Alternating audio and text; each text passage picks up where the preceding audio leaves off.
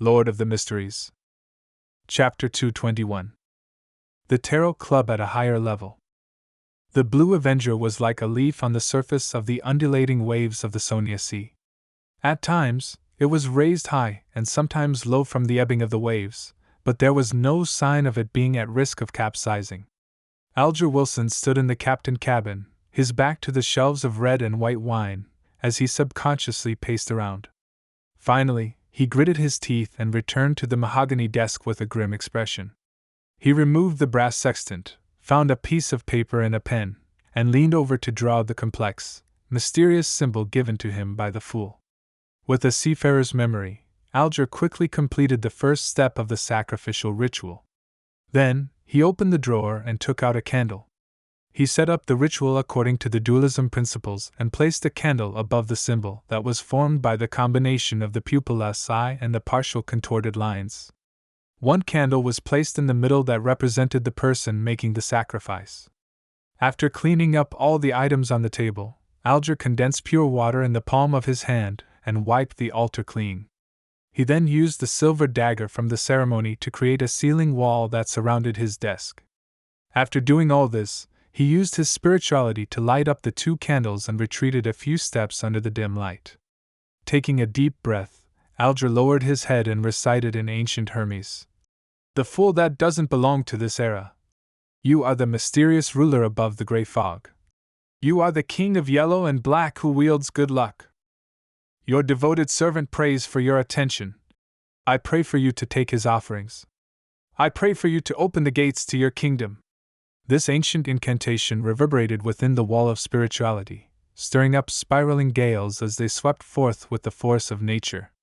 It was the oldest sacrificial language created by human beyonders, and it contained many mysteries itself. However, it lacked sufficient protection for the user. Bearing with the pain that was akin to having knives slicing across his skin, Alger took out a small dark brown glass bottle from his pocket, unscrewed the lid, and poured out a lot of sesame-shaped granules. These granules swirled with a metallic luster and exuded an indescribable sense of beauty. Alger scattered these granules into the wind. Whoosh! The gale grew stronger but was no longer tempestuous. It was dyed in two separate colors, silver and black. As they continued to collide and mix, the two differently colored winds were infused into the candle flame that symbolized the Fool, burgeoning and tearing open an illusory, ordinary-sized door.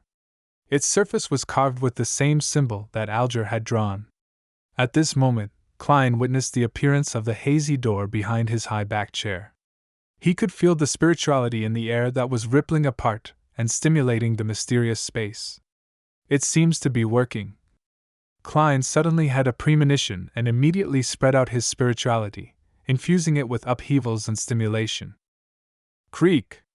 Amidst the insubstantial sounds, the blurry door slowly opened. In the captain cabin, Alger suddenly saw the illusory door, formed out of wind and light, open. Behind it was deep darkness formed from an innumerable number of almost invisible shadows. They were lustrous splendors encompassing massive amounts of knowledge. Situated above them was the thick gray fog with the ancient palace overlooking the real world. Such a scene caused Alger to involuntarily tremble. It was a deep fear, an indescribable excitement. He hurriedly picked up the rainbow salamander's pituitary gland that he had long prepared. He held it with both hands, and with his head bowed, he raised the palm-sized object which was constantly changing in color and had a soft feel to the ridges to the illusory door.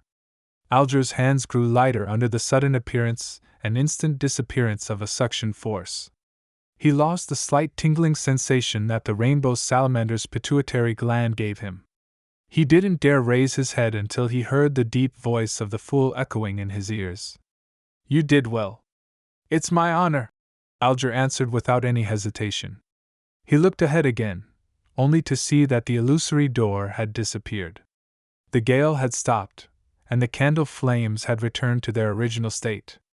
After the candles were extinguished according to the normal procedures, Alger sat down with a complicated expression and said to himself silently, "In the beginning, only people could be pulled into the world above the gray fog. After a while, responses could be made by listening to prayers. Now, sacrifices and bestowment can be performed. Mr. Fool is freeing himself from his predicament one step at a time, and bit by bit, will he enter the real world? This guess or conclusion frightened and worried Alger, but he also felt a bit of delight. At least I'm a member of the Tarot Club, one of the earliest members. He sighed.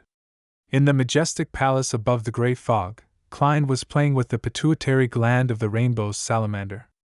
Various colors were reflected on his face as they constantly changed colors. A slight tingling sensation came from his palm, and a strong sense of accomplishment filled his heart, causing him to reveal a genuine smile. In the future, the Tarot Club will become even more miraculous.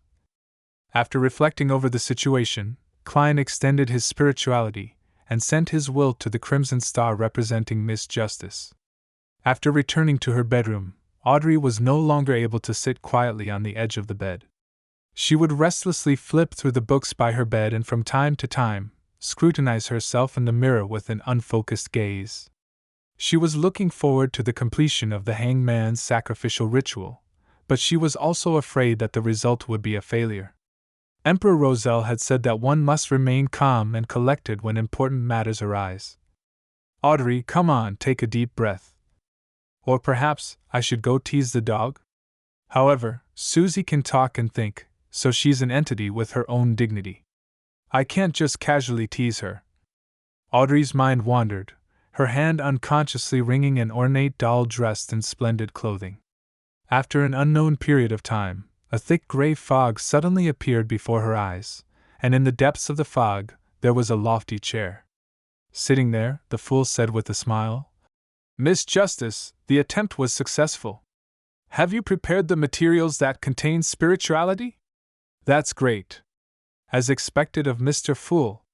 Audrey forgot the hangman's role in this matter. She held back her excitement and said, Yes, I always have such materials with me. Audrey had been the same even before she joined the Tarot Club, but back then, she didn't know which materials could be considered to contain spirituality. She had merely moved them from the family treasury in accordance with the various essential oil formulas she had gathered. Klein nodded slightly and said, When do you plan on holding the ritual? This is based on the premise that there are no Beyonders around you. Does a Beyonder dog count? Audrey looked at the tightly shut door, feeling a small tug at her conscience. I can do it now. Klein tersely acknowledged. The ritual's process is the same as I described previously. All you need to do is change the prayer to, Your devoted servant prays for your attention. I pray for you to open the gates to your kingdom. I pray for you to give me strength. In addition to this, use the dualism method. Audrey thought it over, fighting the urge to nod, and she began preparing for the ritual. When the illusory door opened, and a scene even more illusory than the cosmos appeared, Audrey felt intoxicated in both body and mind. This is the mysterious world I've always been pursuing. This is the kind of feeling I've always wanted. She praised Mr. Fool wholeheartedly. It's faith towards the goddess, but for the fool, it's worship. Audrey silently explained herself in her mind. Soon after, she was stunned to see that there was something on the altar. It was a soft object with lustrous color, and was filled with ridges. The rainbow salamander's pituitary gland!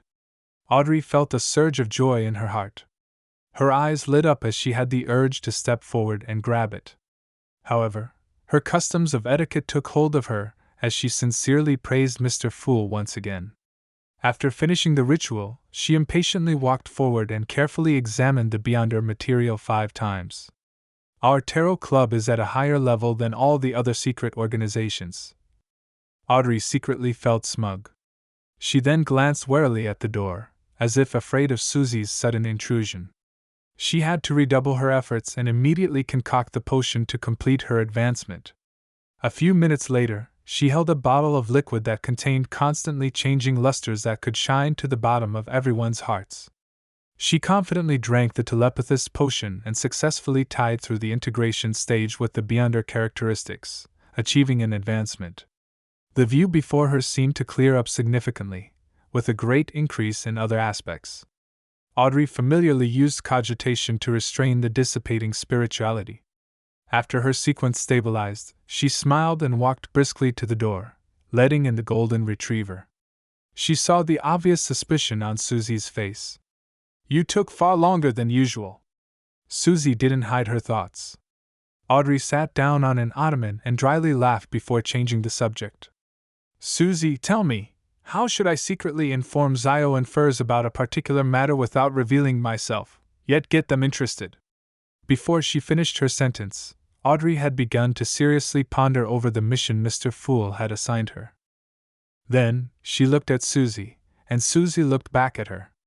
The human and dog both fell into deep thought at the same moment.